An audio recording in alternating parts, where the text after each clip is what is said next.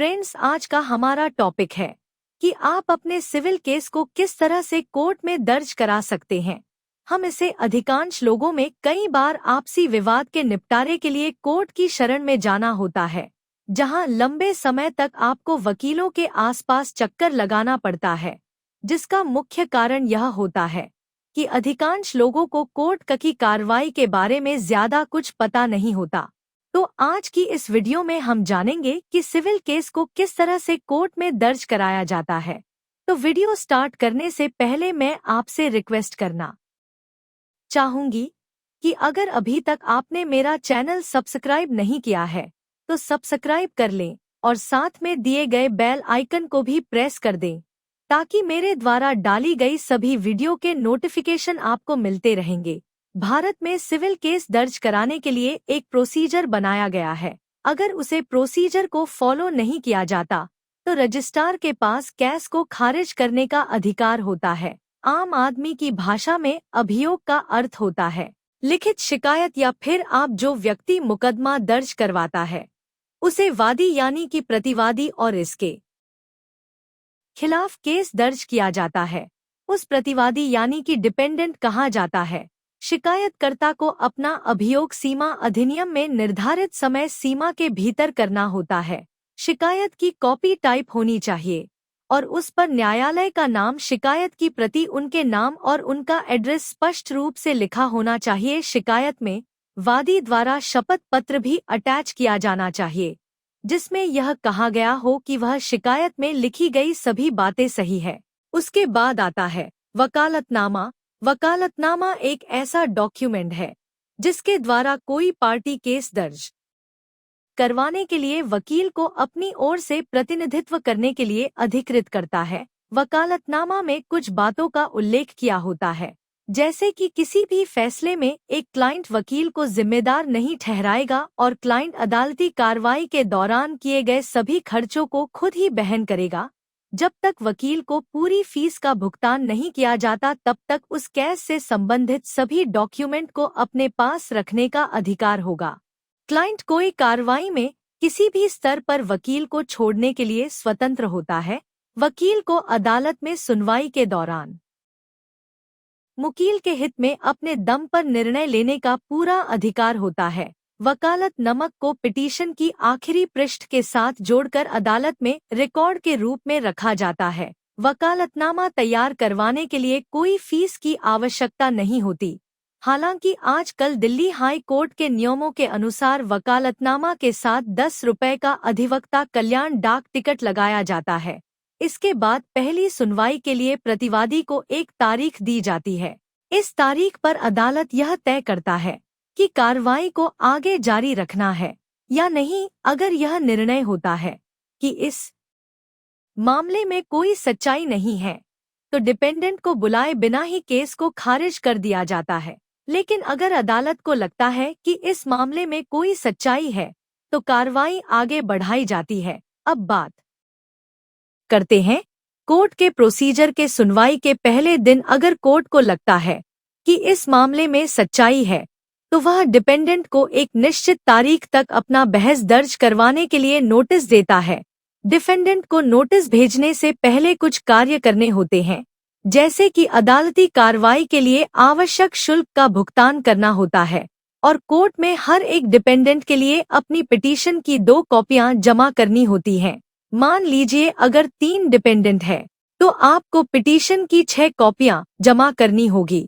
हर एक डिपेंडेंट के पास जमा किए गए पिटीशन की 2 कॉपियों में से एक को रजिस्ट्री डाक कोरियर के द्वारा भेजा जाता है, जबकि दूसरी कॉपी को साधारण पोस्ट द्वारा भेजा जाता है। कोर्ट में डिपेंडेंट के पास भेजे जाने वाले पिटीशन की कॉपियों को नोटिस जारी करने की तारीख के 7 दिन के भीतर जमा करना होता है। चलिए अब बात करते हैं रिटर्न स्टेटमेंट के। जब डिपेंडेंट को नोटिस जारी कर दिया जाता है तो उस नोटिस में मेंशन की गई डेट पर कोर्ट में पेश होना अनिवार्य होता है। ऐसी तारीख से पहले डिपेंडेंट को अपना लिखित बयान यानी कि रिटर्न स्टेटमेंट दर्ज कराना होता है। अर्थात उसे 30 दिन के भीतर कोर्ट द्वारा दिए गए समय सीमा के भीतर ही पेटिशन द्वारा लगाए गए आरोपों के खिलाफ अपना बचाव तैयार करना पड़ता है। लिखित बयान में विशेष रूप से उन आरोपों को इनकार करना चाहिए जिनके बारे में प्रतिवादी सोचता है कि वह झूठ है। अगर लिखित बयान में किसी विशेष आरोप से इनकार नहीं किया जाता तो ऐसा समझा जाता है कि प्रतिवादी उसको स्वीकार करता है। और लिखित बयान में प्रतिवादी का शपथ पत्र भी अटैच होना चाहिए जिसमें यह कहा गया हो कि लिखित बयान में लिखी गई सारी बातें सच है। लिखित बयान दर्ज करने के लिए निर्धारित समय सीमा 30 दिनों की अवधि है और कोर्ट की अनुमति से 90 दिन तक बढ़ाई जा सकती है। चलिए अब बात करते हैं रिप्लिकेशन बाय प्लेंटिफ, जिसका मतलब होता है प्रति उत्तर। प्रति उत्तर वह जवाब होता है जो कि प्लेंटिफ डिपेंडेंट द्वारा लिखित बयान के खिलाफ दर्ज कराया जाता है। प्रति उत्तर में प्लाट को लिखित बयान में उठाए गए आरोपों से इनकार करना चाहिए। अगर प्रति उत्तर में किसी विशेष आरोप से इनकार नहीं किया जाता तो ऐसा समझा जाता है कि प्रति उसे स्वीकार करता है। प्रति उत्तर शपथ पत्र भी अटैच होता है जिसमें यह कहा जाता है कि प्रति उत्तर में लिखी गई सभी बातें उसने सच लिखी हैं। तो याचिका पूरी हो जाती है। जब एक बार याचिका पूरी हो जाती है तो उसके बाद दोनों पार्टियों को उन दस्तावेजों को जमा करने का अवसर दिया जाता है जिन पर वह भरोसा करते हैं और जो उनके दावे को सिद्ध करने के लिए आवश्यक है। अंतिम सुनवाई के दौरान ऐसे किसी दस्तावेज को मान्यता नहीं दी जाती जिसे कोर्ट के सामने पेश नहीं किया गया है। एक बार डॉक्यूमेंट स्वीकार कर लेने के बाद वह कोर्ट के रिकॉर्ड का हिस्सा हो जाते हैं और उस पर केस संबंधित सभी तरह के विवरण नाम के इसका शीर्षक अंकित कर दिया जाता है। ओरिजिनल कॉपी जमा कर ली जाती है और उनकी एक कॉपी विरोधी पक्ष को दे दी जाती है। इसके बाद कोर्ट द्वारा उन सभी मुद्दों को तैयार किया जाता है जिसके आधार पर बहस और गवाहों से पूछताछ की जाती है। कोर्ट द्वारा मुकदमे से जुड़े विवादों को देखते हुए मुद्दों को तैयार किया जाता है और दोनों पार्टियों को मुद्दे के दायरे में बाहर जाने की अनुमति नहीं होती।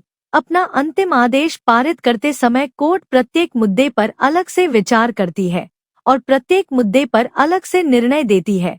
दोनों पार्टियों को केस दर्ज कराने के 15 दिन के भीतर या फिर कोर्ट द्वारा निर्देशित अन्य अवधि के भीतर अपने अपने गवाहों की सूची कोर्ट में पेश करनी होती है। दोनों पार्टियों को केस दर्ज करने के 15 दिन के भीतर अपने अपने गवाहों की सूची कोर्ट में पेश करनी होती है। दोनों पक्ष या तो गवाह को स्वयं बुलाते हैं या फिर अदालत उन्हें सम्मन भेजकर कह सकती है। अगर कोर्ट किसी गवाह को सम्मन भेजता है तो ऐसे गवाह को बुलाने के लिए रिलेटेड पक्ष को कोर्ट के पास पैसे जमा करने पड़ते हैं जिसे कि डाइट मनी कहा जाता है। निश्चित तारीख पर दोनों पक्षों द्वारा गवाह से पूछताछ की जाती है। किसी पार्टी द्वारा अपने स्वयं के गवाहों से पूछताछ करने की प्रक्रिया को एग्जामिनेशन ऑफ के कहा जाता है, जबकि किसी पार्टी द्वारा विरोधी पक्ष के गवाहों से पूछताछ करने का प्रोसीजर को क्रॉस एग्जामिनेशन कहा जाता है। एक बार जब गवाहों से पूछताछ की प्रक्रिया समाप्त हो जाते हैं तो डॉक्यूमेंट की जांच कर ली जाती है और कोर्ट की अंतिम सुनवाई के लिए तारीख तय कर दी जाती है। अंतिम सुनवाई के लिए निर्धारित तिथि को दोनों पक्ष अपने तर्क प्रस्तुत करते हैं और दोनों पक्षों को अपने तर्क प्रस्तुत करते समय से रिलेटेड मुद्दों का ख्याल रखना पड़ता है। उसके बाद कोर्ट अपना अंतिम फैसला सुनाते हैं जिसे या तो इस तारीख को या फिर कोर्ट द्वारा निर्धारित किसी दूसरी तारीख को सुनाया जाता है। जब भी किसी पार्टी के खिलाफ कोई आदेश पारित किया जाता है तो ऐसा नहीं होता कि उसके पास कोई उपाय नहीं होता। ऐसी पार्टी अपील, रेफरेंस और रिव्यू के माध्यम से कार्रवाई को आगे बढ़ा सकती है। तो फ्रेंड्स, यह था आज का हमारा वीडियो कि सिविल केस को आप किस तरह से कोर्ट में दर्ज करा सकते हैं। उम्मीद करती हूँ आपको यह वीडियो पसंद आया होगा। अगर यह वीडियो पसंद आया तो लाइक और शेयर करना ना भूले और अगर अभी तक चैनल को सब्सक्राइब नहीं किया है तो सब्सक्राइब कर लें और साथ में दिए गए बेल आइकन को भी प्रेस कर दे। तो फ्रेंड आज के लिए इतना ही, मिलते हैं अपनी नेक्स्ट वीडियो में। तब तक के लिए थैंक यू वेरी मच।